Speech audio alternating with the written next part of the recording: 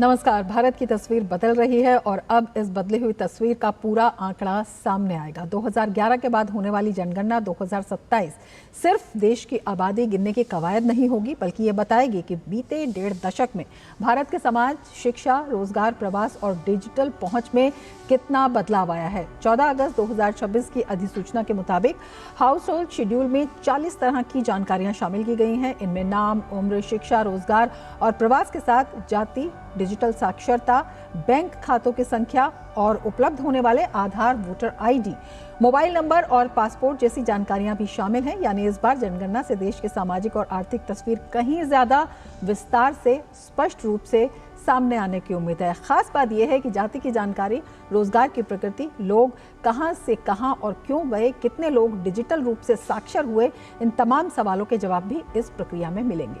जनगणना 2027 क्या ये अगले दशक की नीतियों और योजनाओं के लिए भारत का सबसे बड़ा नया डेटा आधार बनने जा रहा है? इसी पर आज करेंगे चर्चा। मैं हूं रमा त्यागी, मेरे साथ जुड़ेंगे खास मेहमान भी।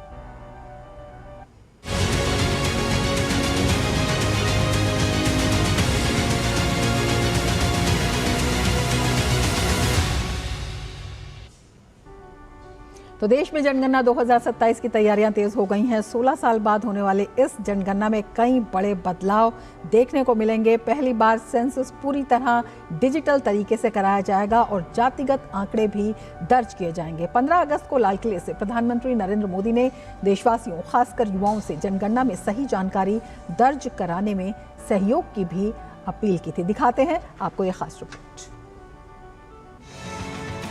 देश में जनगणना 2027 की तैयारियां जारी हैं।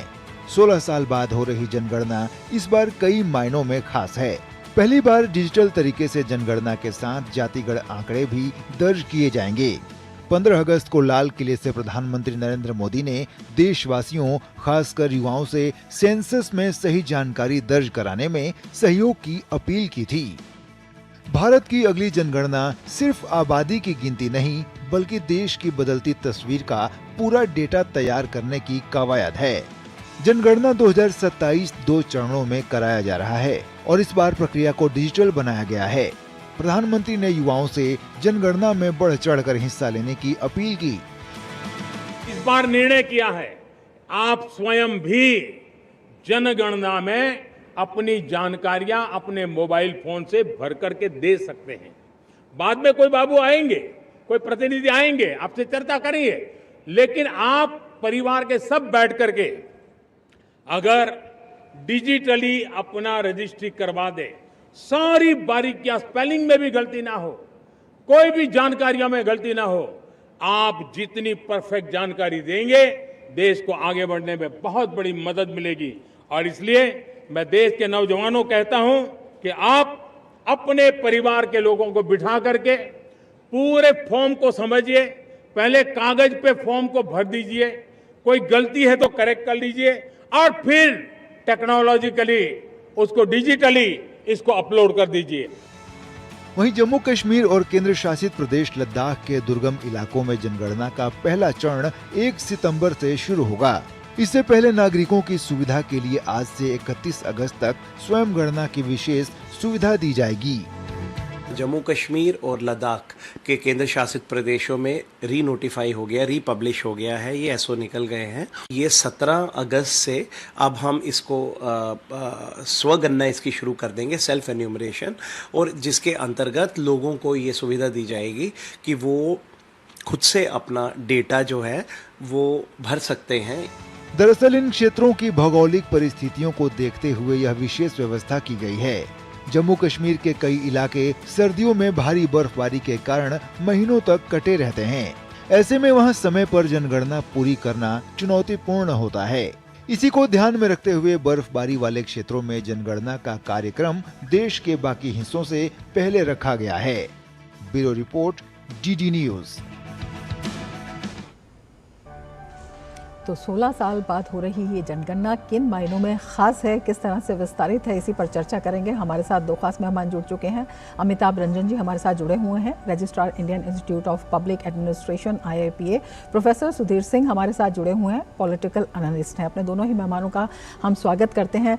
सबसे पहले अमिताभ रंजन जी, आपसे समझना चाहेंगे किस तरह से इस बार जो पूरा विस्तार है वो किया गया है। पहले 2011 की हम बात करते हैं तो उसमें 29 प्रश्न थे। इस बार अगर जनगणना का पूरा अधिसूचना देखते हैं तो 40 प्रश्न इसमें शामिल किए गए हैं। क्या कुछ इनका महत्व है, किस तरह का ये एक बड़ा बदलाव है?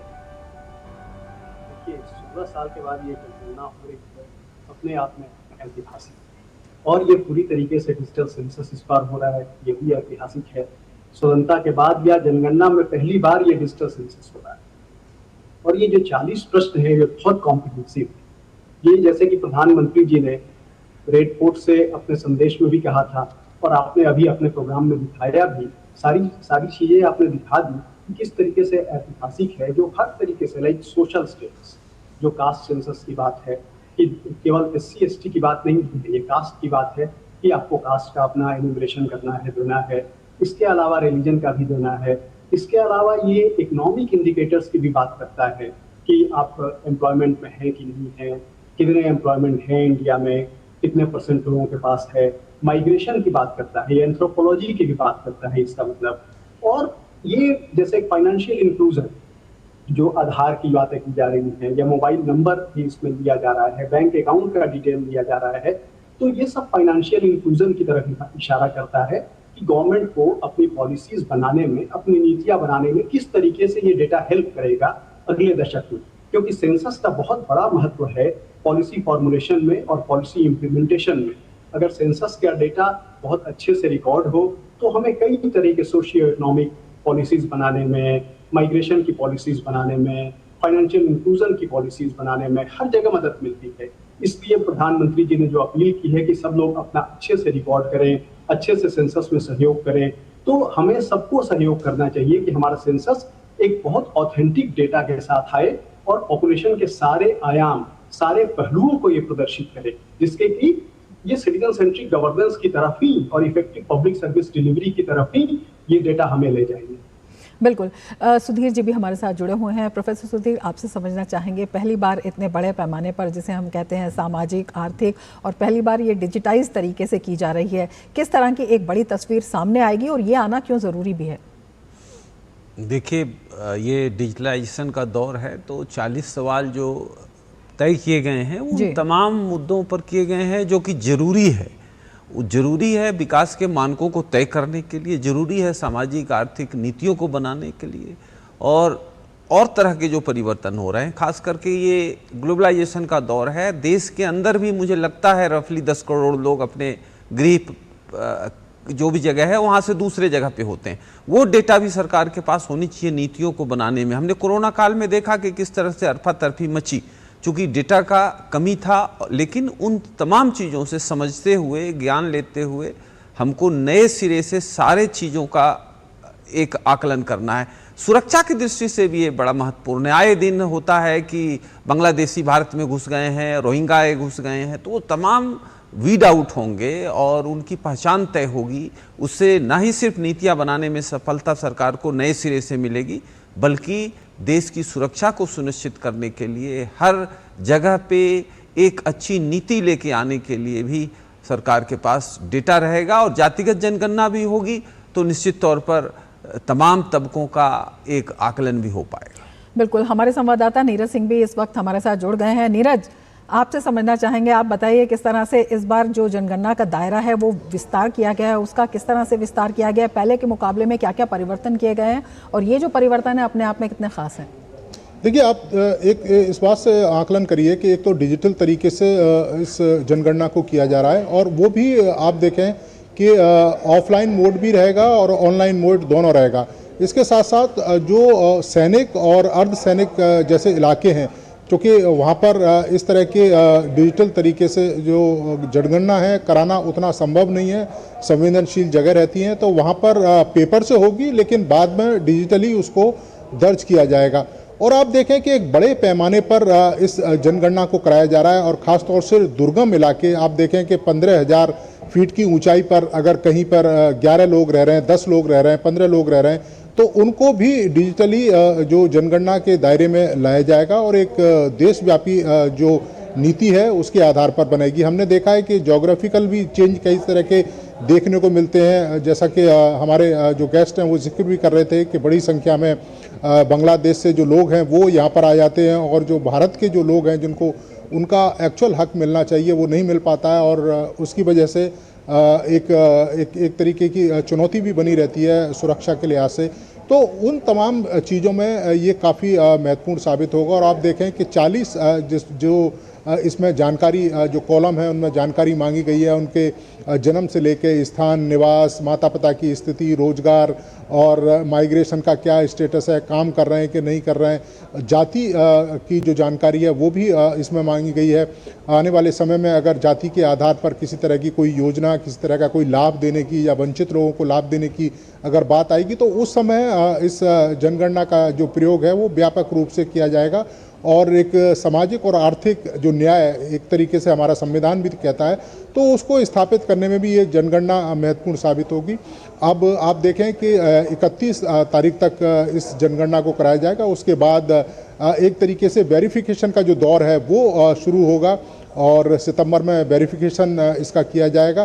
तो एक व्यापक जनगणना इस बार देखने को मिल रही है और पूरे देश के अंदर चाहे वो दुर्गम इलाके वहां तक इस जनगणना को कराया जाएगा ताकि अंतिम व्यक्ति तक जो लाभ है सरकार इलाकों को प्रायोरिटी पे भी रखा गया है और वहां पे आज से काम शुरू भी हो गया है।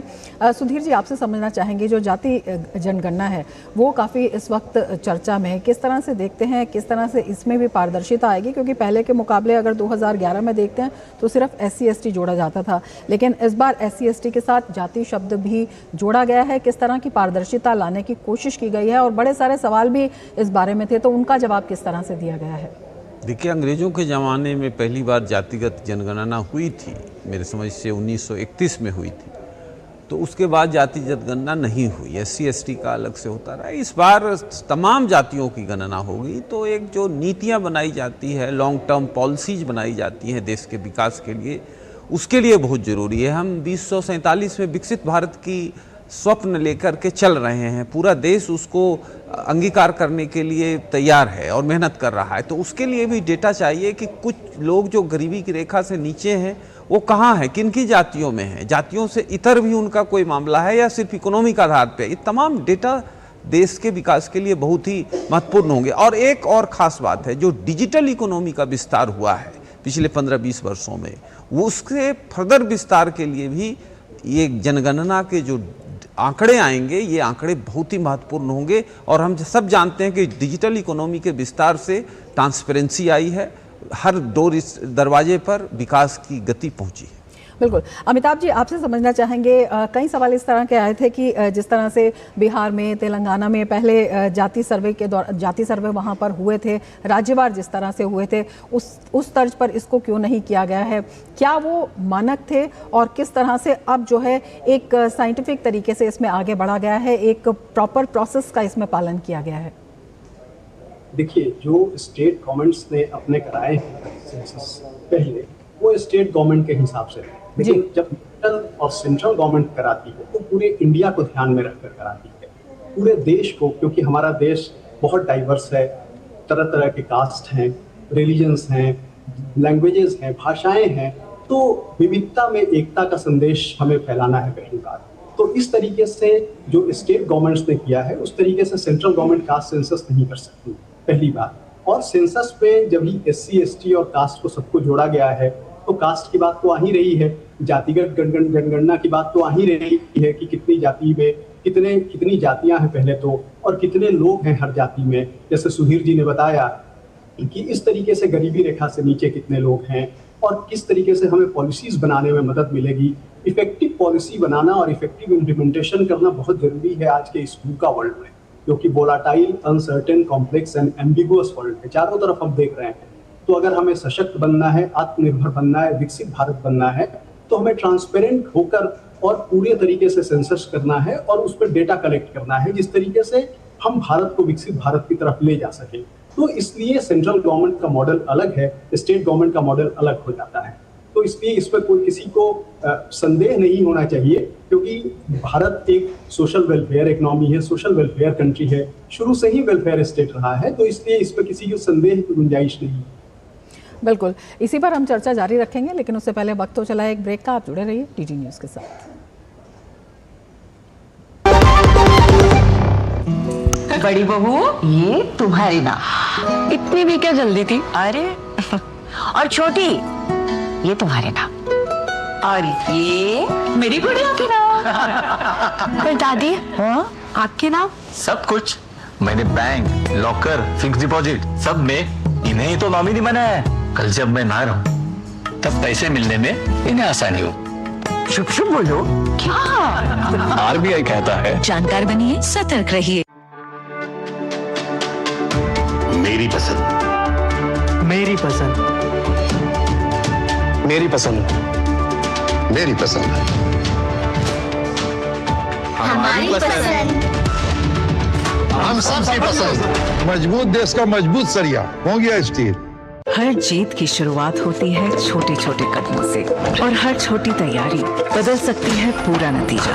क्योंकि मैदान हो या जिंदगी, छोटी से छोटी तैयारी ही देती है प्रोटेक्शन, और प्रोटेक्शन ही देता है भरोसा। जैसे LIC की बीमा लक्ष्मी, एक खास प्लान सिर्फ महिलाओं के लिए, जहां छोटी बचत दे बड़ी सुरक्षा, ताकि जिंदगी के हर मैदान में आप रहे हर पल के लिए रेडी। LIC बीमा लक्ष्मी, रखे हर पल के लिए रेडी। ब्रेक के बाद फिर से आपका स्वागत है। दो खास मेहमान हमारे साथ जुड़े हुए हैं। प्रोफेसर सुधीर, आपसे समझना चाहेंगे, जिस तरह से तमाम जो जानकारियां हैं, चाहे कोविड के बाद की स्थिति है, चाहे जो डिजिटल साक्षरता है, इसके बाद जो काम की जानकारी है, और इन जानकारियों को भी अलग अलग हिस्सों में वर्गीकृत किया गया है। ये अपने आप में, जब हम ये कह रहे हैं कि एक बड़ी पारदर्शी तस्वीर लाने की एक कवायद है, तो इससे क्या कुछ फ़ायदा होगा आम आदमी को, ये भी हम आपसे समझना चाहेंगे। देखिए, जितनी पारदर्शिता होगी उतने ही सबसे जो गरीब तबका जो ज़मीन पे है उसको फ़ायदा होगा। अभी हमने 2047 को तय किया है कि हम विकसित भारत बनने का प्रयास कर रहे हैं। अब 2047 में हमारे खजाने भर जाएंगे तो इससे हम विकसित भारत नहीं बनेंगे। 1991 में भारत के खजाने में $7 बिलियन था, आज $700 बिलियन है, और ये 2036 में $2 ट्रिलियन हो जाएगा हमारे खजाने में। लेकिन जो 12-13% आज गरीबी की रेखा से नीचे लोग हैं, वो 17-18 करोड़ लोग हैं। उनके जीवन स्तर को किस तरह से सुधारा जाए, सोशियो इकोनॉमिक मेन स्ट्रीम में उनको किस तरह से लाया जाए, ये बहुत अहम सवाल है विकसित भारत के लिए। क्योंकि हर व्यक्ति को अगर हम विकास की मुख्यधारा से सही तरीके से जोड़ेंगे तभी विकसित भारत बनेगा। और जनगणना के जो आंकड़े होंगे 2027 में, चूंकि बहुत ही मॉडर्नाइज तरीके से ये आंकड़े इकट्ठे किए जाएंगे, तो निश्चित तौर पर इस पूरे प्रयास को बहुत ही अच्छे तरह से गति देंगे और नए सिरे से नीतियों को बनाने में भी मदद करेंगे। बिल्कुल। अमिताभ जी, किस तरह से इस बार ये जो प्रोसेस है इसे बहुत सरल भी बनाया गया है, पारदर्शी बनाने के साथ साथ, जिससे कि एक विकल्प ये भी है कि जिसमें आप स्वयं जो है अपना डेटा ऑनलाइन भरते हैं, तो ये अपने आप में जो दुर्गम इलाके हैं, जो पहाड़ी इलाके हैं, और हर कोने तक पहुंचा जा सके, उस दिशा में कितनी बड़ी कवायद है। देखिए, ये तो पहली बार डिजिटल सेंसस हो रहा है और पूरा डिजिटल इन्यूमरेशन भी हो रहा है, और विंडो भी दिया जा रहा है डिजिटल इन्यूमरेशन का, जबकि आप अपने मोबाइल के थ्रू अपना पूरा डेटा अंकित कर सकते हैं, इन्यूमरेट कर सकते हैं। और सबसे बड़ी खासियत इस ऐप में है कि ये बिना इंटरनेट के भी चलता है, तो इसलिए दुर्गम इलाकों में, रिमोट इलाकों में जहाँ कनेक्टिविटी की प्रॉब्लम है, वहाँ भी ये ऐप काम करता है। और जो बैकअप है कि अगर डिजिटल इन्यूमरेशन नहीं हो पाता है, लोग अंकित नहीं कर पाते हैं ऐप के थ्रू अपना डेटा, तो उसके बाद डोर टू डोर सर्वे भी है। तो चाहे वो फेज 1 रहा हो, जिसमें कि डिजिटल इन्यूमरेशन भी हुआ था और सब कुछ हुआ था, सेल्फ इन्यूमरेशन भी हुआ था, फेज 2 में भी यही प्रोविजन है। और सरलता की बात है कि बहुत सरल है अपना डेटा अंकित करना ऐप पे। ऐप जो है बहुत खुद ही सेल्फ डायरेक्शन देते रहता है और बताते रहता है।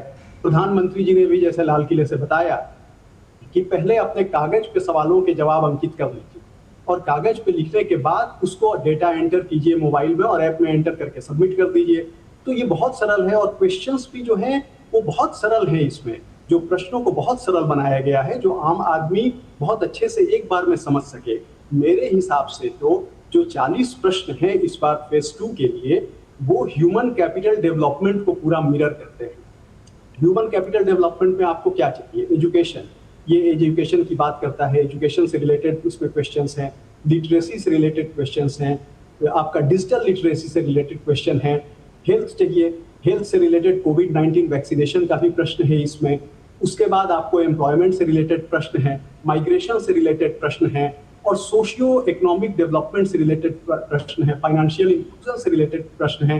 तो पूरा ह्यूमन डेवलपमेंट इंडेक्स जो है या ह्यूमन कैपिटल डेवलपमेंट का ये मिरर है, ये पूरा सेंसस जो इस बार है, तो बिल्कुल ऐतिहासिक है, बिल्कुल सरल प्रश्न है और इसका जवाब देने में कोई परेशानी नहीं होनी चाहिए।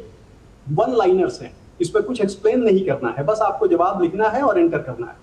तो मेरे हिसाब से तो ये बहुत ही सरल सेंसस है। क्वेश्चंस जो सेंसस कमिश्नर ऑफिस ने और registrar general of India office ने फ्रेम किए हैं बहुत अच्छे से, और ये मैं इसलिए बता रहा हूँ कि इसके पीछे बहुत ट्रेनिंग हुई है और पूरा इसके पीछे बहुत पूरी मशीनरी लगी है।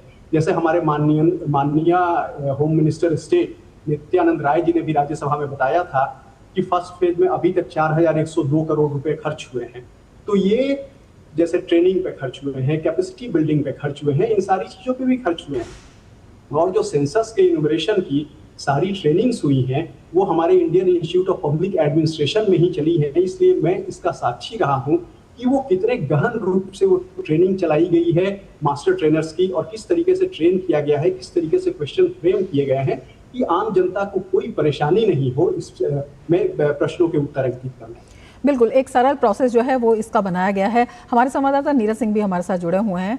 नीरज, इस पूरे प्रोसेस में जो फ्लेक्सिबिलिटी है उसका भी ध्यान रखा गया है, क्योंकि कुछ जानकारियां ऐसी हैं जिनके सामने अधिसूचना में साफ लिखा है यदि उपलब्ध हो तो गोपनीयता का भी कितना ध्यान इसमें रखा गया है? देखिए, बिल्कुल गोपनीयता का ध्यान रखा गया है और आप देखें कि जिस तरीके से जानकारियां हासिल की जा रही हैं, एक तो सीधी और सरल भी है, और आप देखें कि एक परिवार की पूरी आर्थिक और सामाजिक स्थिति किस तरह की है उसकी भी जानकारी इन तमाम सवालों से मिल जाती है। और इसके साथ साथ ही आप देखें कि 2047 जब विकसित भारत के लक्ष्य की बात जब की जाती है तो प्रधानमंत्री कई बार इस बात का भी जिक्र कर चुके हैं कि उत्तर से पूरब और पूरब से पश्चिम जब तमाम जो राज्य हैं अगर हम उनको आगे लेकर नहीं आएंगे, उन राज्यों की जो स्थिति आर्थिक स्थिति है उसको बेहतर नहीं करेंगे तो 2047 विकसित भारत के हम लक्ष्य को प्राप्त नहीं कर सकते। यही कारण है कि आप देखें कि दुर्गम से दुर्गम इलाके में भी जो टीम है वो पहुंचेगी और जो जनगणना है उसको पूरी करेगी। दूसरी आप देखें कि तमाम जो योजनाएं जिनका जिक्र भी कर रहे थे कि इन योजनाओं के आधार पर उन लोगों को वास्तविक और सीधा जो लाभ है वो भी पहुंचाना जो संभव है वो हो पाएगा। और दूसरी सबसे महत्वपूर्ण और बड़ी बात है कि सरकार की पूरी कोशिश यही है कि जो जन कल्याणकारी तमाम योजनाएं हैं आने वाले समय में सरकार जिन योजनाओं को लॉन्च भी करेगी उन योजनाओं का जो लाभ है सामाजिक और आर्थिक रूप से जो पिछड़े लोग हैं उन तक किस तरीके से पहुंचाया जा सके उसका भी ध्यान इस तमाम कवायद में रखा गया है। और मुझको लगता है कि एक बड़ी और विस्तृत और विशाल कवायद है ताकि एक विशाल एक भी व्यक्ति छूट ना पाए। बिल्कुल, जिसमें पारदर्शिता का भी ध्यान रखा गया है, फ्लेक्सिबिलिटी भी इसमें रखी गई है। प्रोफेसर सुधीर, आपसे जानना चाहेंगे, जिस तरह से हमारे संवाददाता भी बता रहे हैं कि डिजिटल इंडिया है, जनधन आधार है और तमाम योजनाएं हैं वित्तीय समावेशन की, और इसके साथ ही जब हम इसके जो 40 प्रश्न देखते हैं उसमें साफ तौर पर दिखाई देता है कि किस जगह पर किस कोने में कितने आदमी हैं, क्या उनकी वर्तमान स्थिति है, पहले उनकी क्या स्थिति थी, पलायन कितना हुआ है, योजनाएं कितनी लागू हुई हैं, आगे किस तरह की जरूरत है। तो एविडेंस बेस्ड गवर्नेंस की दिशा में ये कितना बड़ा कदम है? बहुत बड़ा कदम होगा। इसका सबसे बड़ा कारण ये है कि देखिए 2011 के बाद हो रहा है, 16 साल के बाद ये जनगणना हो रही है, तो लगभग 1000 के करीब केंद्र पोषित और 300-200 के करीब राज्य पोषित योजनाएं कल्याणकारी चलती हैं। अब वो कितना जमीन पे पहुंची, जो नीडी व्यक्ति था उसको वो पहुंचा या नहीं पहुंचा, फिर पहुंचा तो उसमें फिल्टर कितना लगा, सही तरीके से ट्रांसपेरेंसी कितनी हुई, तो इन तमाम चीज़ों को इन डाटा से समझा जाएगा। फिर जहां कहीं भी डिफिसिट रह गई, अब कुछ योजनाओं को ले लें, हर घर जल, अब ये बहुत महत्वपूर्ण योजना है, सारे घरों को नल पानी पहुंचना चाहिए, स्वास्थ्य का इशू है, शुचिता का इशू है, तो ये तमाम जब जनगणना का डेटा आएगा तो पता चलेगा कि सही में कितने घरों को जल पहुंचा है, कितने माताओं को जो है रसोई गैस मिला है, और चूल्हा मिला है, तो ये तमाम चीज़ जब डेटा आएगा तो सरकार उसको रिफ्रेम करेगी कि अब इस स्तर पर 2047 के विकसित भारत के लक्ष्य को देखते हुए अब कहाँ पे थोड़ी सी स्थिति कमजोर है उसको टेक केयर किया जाए, और फिर से एक बड़ी स्थिति बनेगी कि डिजिटल इकोनॉमी का जो स्ट्रक्चर है ये मजबूत होगा, क्योंकि डिजिटल इकोनॉमी एक रामबाण के तौर पर उभरा है गवर्नेंस के लिए। बिल्कुल भविष्य की ज़रूरत है। अमिताभ जी, एक सवाल आपसे भी पूछना चाहेंगे, बहुत सारे, क्योंकि जैसे डिजिटल डिटेल्स हैं, इसके साथ ही जो बैंक खाते हैं उनकी जानकारी के संबंधित भी प्रश्न जो है इसके अंदर शामिल किए गए हैं। बहुत सारे लोग होते हैं, कई बार इस तरह की जानकारियाँ नहीं देना चाहते हैं या किसी तरह का भय उनमें होता है, तो इसमें जब हम बोलते हैं कि गोपनीयता या फिर किसी तरह का जो जानकारी का दुरुपयोग ना हो, उसको किस तरह से मेंटेन रखा गया है? जिस तरह से आरटीआई का भी कहा है कि इन पर आरटीआई जो है नहीं डल सकती है, तो किस तरह से इसे पूरी तरह से सुरक्षित भी बनाया गया है, बिना किसी भ्रम के, बिना किसी डर के आदमी अपनी जानकारी जो है सटीक जानकारी दे और प्रत्येक व्यक्ति दे? देखिए, हमारे जो रजिस्ट्रार जनरल ऑफ इंडिया और सेंसस कमिश्नर हैं श्री इंदिरा नारायण जी, उन्होंने भी कई बार स्पेसिफाई किया है कि ये पूरी तरीके से डेटा जो है गोपनीय रहेगा, और जो सेक्शन 81 जो है 1945 सेंसस एक्ट का, वो भी बताता है कि ये पूरी तरीके से जानकारी गोपनीय रखी जाती है और इंडिविजुअल की जानकारी आरटीआई एक्ट में भी नहीं मांगी जा सकती। जहाँ कहीं भी जानकारी दी जाएगी वो टेबुलेटेड और पूरा ग्रुप फॉर्म में दी जाएगी, इंडिविजुअल के लिए कोई जानकारी कहीं नहीं दी जाएगी। और ये पूरा साइबर सिक्योर फ्रेमवर्क है, जो गवर्नमेंट जो है पूरा एन्क्रिप्टेड डेटा है जिसमें सारा डेटा अंकित कर रही है, तो इसलिए साइबर सिक्योर है। आम जनता को कोई भय नहीं होना चाहिए कि उनका जो डेटा है वो लीक होगा और उनके डेटा का मिसयूज। बिल्कुल। एक छोटा सा सवाल और है कि गलत जानकारी पर भी कोई प्रोविजन किया गया है? गलत जानकारी देने के लिए पेनल्टी लग सकती है, बिल्कुल। सेंसस एक्ट के तहत आप जानकारी देने में रिफ्यूज नहीं कर सकते और गलत जानकारी भी नहीं दे सकते, नहीं तो पेनलाइज किया जा सकता है। बिल्कुल, लेकिन जिस तरह से इस प्रोसेस को व्यापक बनाया गया है, सरल बनाया गया है, सुरक्षित बनाया गया है, उम्मीद है सभी लोग अपनी जानकारी देने के लिए आगे आएंगे और सही जानकारी ही देंगे, क्योंकि विकसित भारत में उनके योगदान और उनके विकास के लिए ये बहुत ज़रूरी है। बहुत शुक्रिया अमिताभ जी, बहुत शुक्रिया प्रोफेसर सुधीर और नीरज आपका हमसे जुड़ने के लिए और हमारे दर्शकों से तमाम जानकारी साझा करने के लिए। इसके साथ ही चर्चा में फिलहाल इतना ही, दीजिए इजाज़त, नमस्कार।